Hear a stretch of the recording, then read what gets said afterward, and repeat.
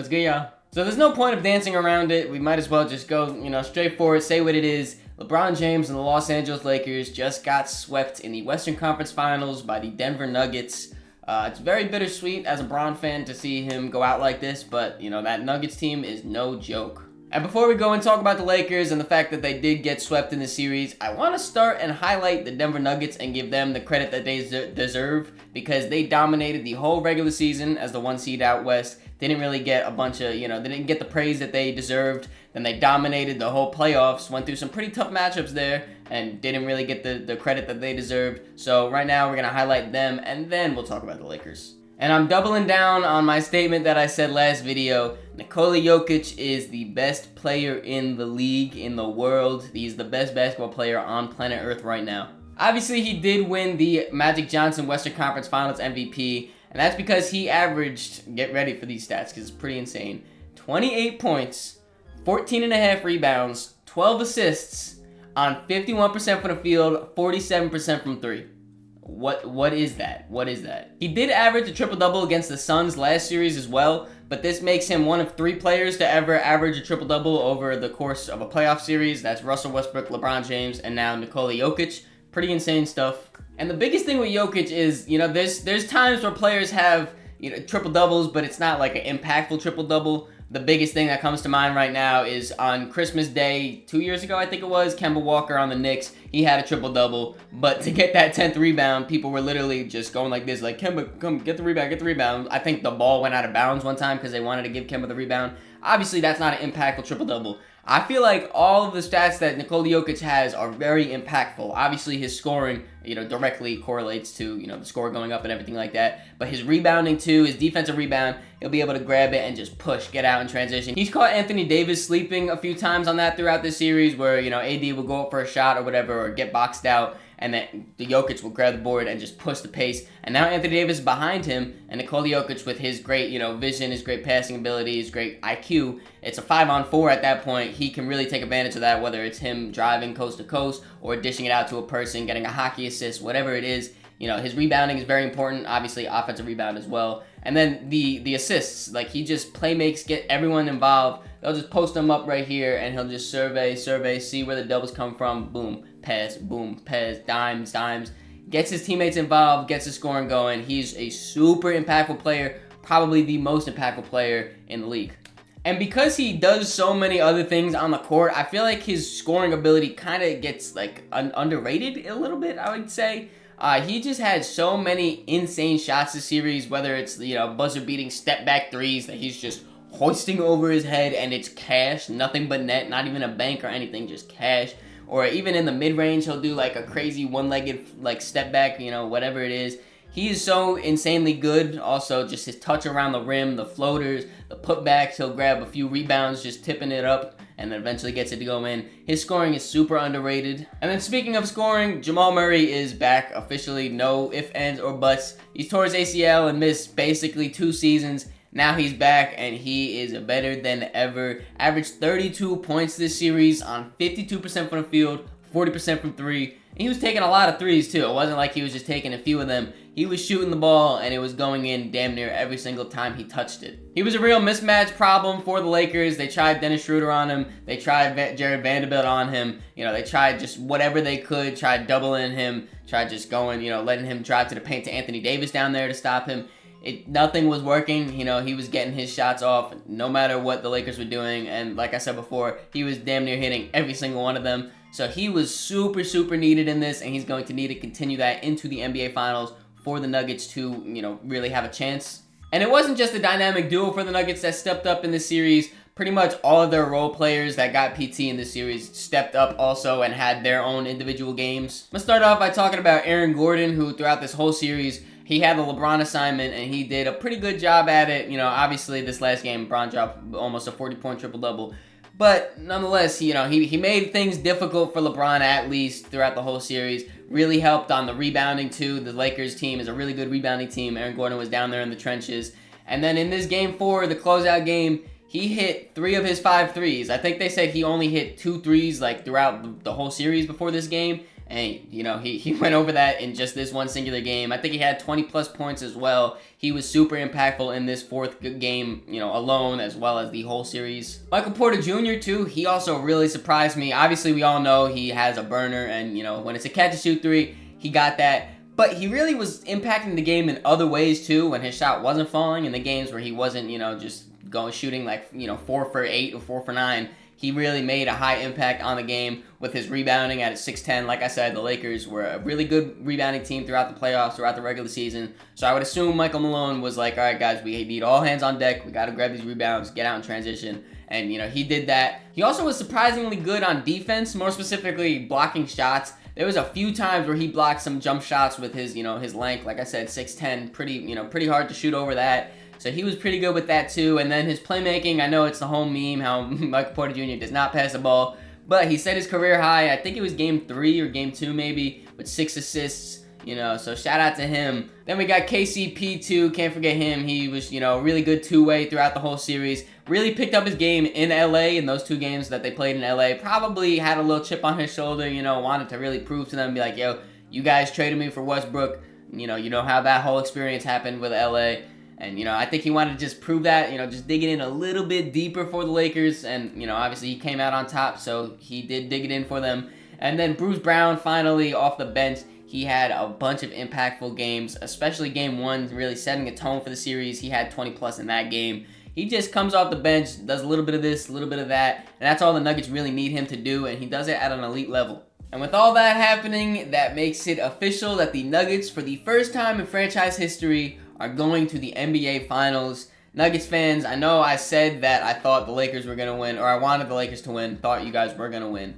I'm fully on you guys now. Obviously, the Heat and Jimmy Butler took out my Knicks. The Boston Celtics are looking pretty tough, looking like they're not going to be able to make it to the finals. So I'm rooting for you guys, Nuggets fans. Let's go, Jokic, get that ring. And now we get to talk about the losers, the Los Angeles Lakers, getting swept on their home court right now in the Western Conference Finals. I'm going to start off by giving a shout out to LeBron James. At 38 years old, in year 20, he played all but 4 seconds of this game. He went to the locker room with 4 seconds left in the first half. And he played the entire game, basically, almost all 48. Shout out to him. Had an amazing game, too. 40 points, 10 rebounds, 9 assists, 60% from the field, 57% from 3. He had basically this whole playoffs, whole season, could not hit a 3 to save his life. And he hit, I think it was 4 or 5 of them in this game. Really insane. In the first half, and more specifically the first quarter, he was super aggressive, looking for his buckets, getting to the rim, shooting those threes. He even had that lob attempt that he threw up, and it was a 3. Once he hit that, I was like, all right, bro, he's locked in, he's scoring a lot. And he did go on to score a lot. The only thing was, after that halftime, you could tell he was pretty tired. Playing the whole first half really did bother him at that age. And he really just stopped being so aggressive, and that's when the Nuggets really came back in this game. They were down 15, and the third quarter is where they really came back and started to take momentum and control of this game. There were times where I really thought LeBron wasn't out there. I was watching with my friends, and I literally said, oh, damn, the Nuggets are coming back. That's because Bron's not on the floor. And then I seen him on the corner of the camera, and I was like, wow, that's crazy. He had nowhere near the impact he did in the first half in that third quarter, and it really hurt the Lakers. There's just one possession that's just sticking into my mind. He was standing at the top of the key. He had the ball, passed it over to Dennis Schroeder. Dennis Schroeder was just kind of, sat there for a little bit with it, passed it back to Bron, and he immediately just swung it over to Austin Reeves to, let him do the offense. He wasn't even attempting to get a shot, to drive, to look at the rim, to do anything. He was tired. He was feeling it. And I understand, 38 years old, but when you're out there, you gotta have an impact. You gotta look to score, man. You had that great aggressive first half, and your team is losing this lead that you built up for them. You gotta be aggressive. You gotta go to the basket. You gotta score. I'm not putting this game on Bron whatsoever, though. Like I said, almost a 40-point triple-double at the age of 38 is insane. He definitely pulled his part. He pulled his weight. Who really didn't? Anthony Davis. Anthony Davis, especially in this first half, really first 3 quarters, it felt like. He was not aggressive at all, was not looking to score, was not hunting his matchups and stuff like that. Like, he didn't look like he wanted it, really. Tristan Thompson was outplaying him, I'm not going to lie. When Tristan Thompson came out on the court, I was super confused, but it low-key worked. We'll talk a little bit more about Tristan Thompson later on. But, Anthony Davis, huge disappointment. I think he ended the game with 20, but it felt like he had 9 points out there, honestly. really wasn't doing too much. Obviously, he was battling out there for rebounds, but when you have Jokic out there, it's going to be a tough battle. You're going to lose some of those, so his impact wasn't really felt like that. He wasn't dominating the glass. He had a few block shots here too, but again, he didn't have that dominant, presence that he normally has and that he should have in an elimination game. He wasn't the only disappointing player, though, for the Lakers. Rui Hachimura was super inefficient. This whole playoffs, he's been on a burner, and it fizzled out, man. He wasn't really shooting the three ball well, his mid-range well, wasn't getting to the rim like that. Just nothing was really going for him.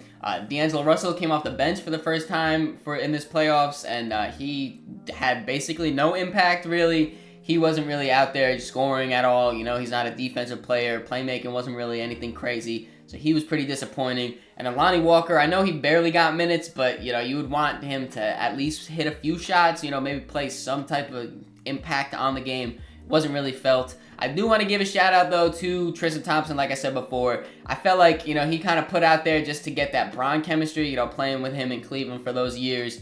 The pick and rolls with them were really, really good, surprisingly. And really surprisingly was his defense. He played decent defense on Nikola Jokic. He even switched out to Jamal Murray a few times and played some good defense on him. So, my fault for disrespecting you, Tristan Thompson.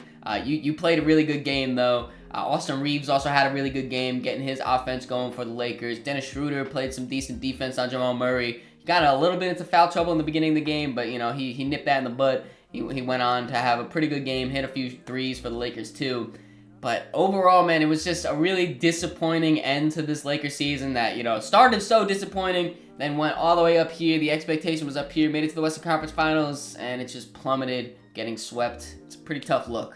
After the game, I pretty much just went straight to sleep. I watched Nikola Jokic get his Western Conference Finals MVP trophy, shut the TV off, went to bed. I'm an East Coast guy, as I said many times before, so those 11 o'clock ends, I was tired.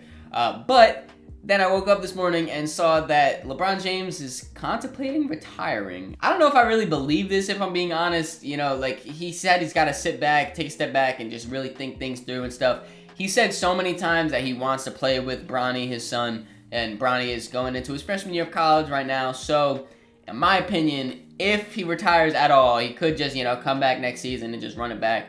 If he retires, I think he's retiring for 1 year, taking a rest off, just going to be coaching up Bronny in college, get him as NBA ready as he could.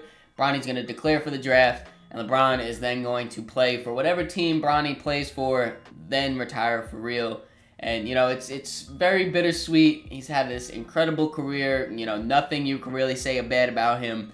And it's coming to an end, which all things do come to an end. But it's a little tough. I don't think... I'm not worried about him retiring this year. I don't think we've watched the last NBA game of LeBron James.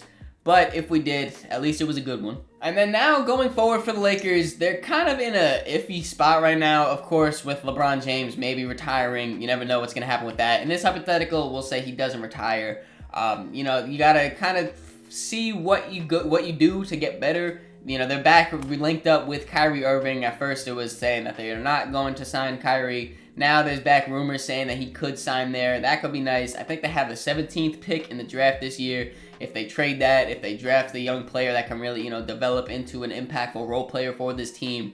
They have free agents of Austin Reeves, Rui Hachimura. I think Jared Vanderbilt is a free agent too. Could be wrong on that. You just kind of, they have a lot of different things going on, a lot of moving parts on this roster. And I don't really know. I've seen some people saying Darvin Ham should get fired.